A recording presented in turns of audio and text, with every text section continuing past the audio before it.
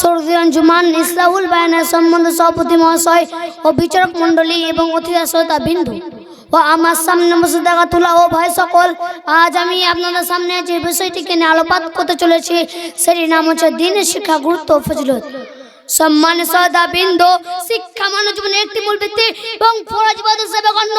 ইসলামের শিক্ষা শুধু ধর্মীয় জ্ঞান নয়, সীমাবদ্ধ নয়, বরং জীবন পরিচালনার জন্য দুনিয়াবি ও পরকাল ও বৈজ্ঞানিক অন্তর্ভুক্ত করে।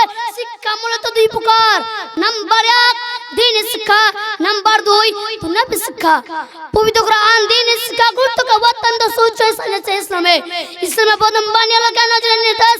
ইকরা সূরার 1 নম্বর আয়াত এটি নির্দেশ করে যে জ্ঞান অর্জন হলো আল্লাহর পক্ষ থেকে মানব জাতির প্রতি প্রথম আদেশ। উপস্থিতি মুসলিম সমাজ হাদিস ও জ্ঞানের প্রতি গুরুত্ব আরোপ করেছে এবং এটিকে সর্বোত্তম কাজ হিসেবে চিহ্নিত করা হয়। প্রতিদিন মুসলমানের জন্য দ্বীনের শিক্ষা অর্জন করা ফরজ। ইবনে মাজাহ, তোমাদের মধ্যে সে ব্যক্তি সর্বোত্তম যে নিজে কোরআন শিখে এবং অন্যকে শেখায়।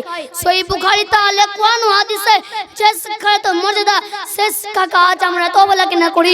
এই শিক্ষাকে আমাদের বাচ্চা রাখতে হবে, কেমন পর্যন্ত বাচ্চা রাখতে হবে। মাঝে মধ্যে আমরা দ্বীনের শিক্ষা চর্চা না করি, মাঝে মধ্যে ঠিকানা রাখি। তাহলে বলুন, কে দিবা আযান, কে পড়বে নামাজ, কে পড়বে খুতবা, কে পড়বে জানাজা?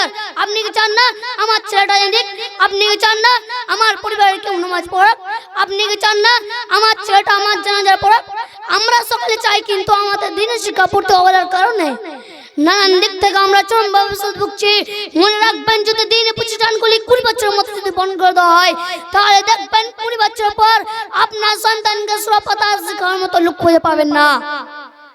উপস্থিতি মুসলিম সমাজ হাদিস ও জ্ঞানের প্রতি গুরুত্ব আরোপ করে যায় এবং এটিকে সর্বোত্তম কাজ হিসেবে চিহ্নিত করা হয়।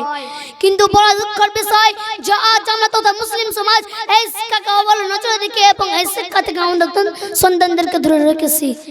তাই আসুন আমরা সকলে মিলেমিশে এই কোরআনের শিক্ষা ও প্রতিষ্ঠানগুলিকে বাঁচিয়ে রাখা আপ্রাণ চেষ্টা করি এবং আমাদের সন্তানদেরকে সুশিক্ষিত করে গড়ে তুলি।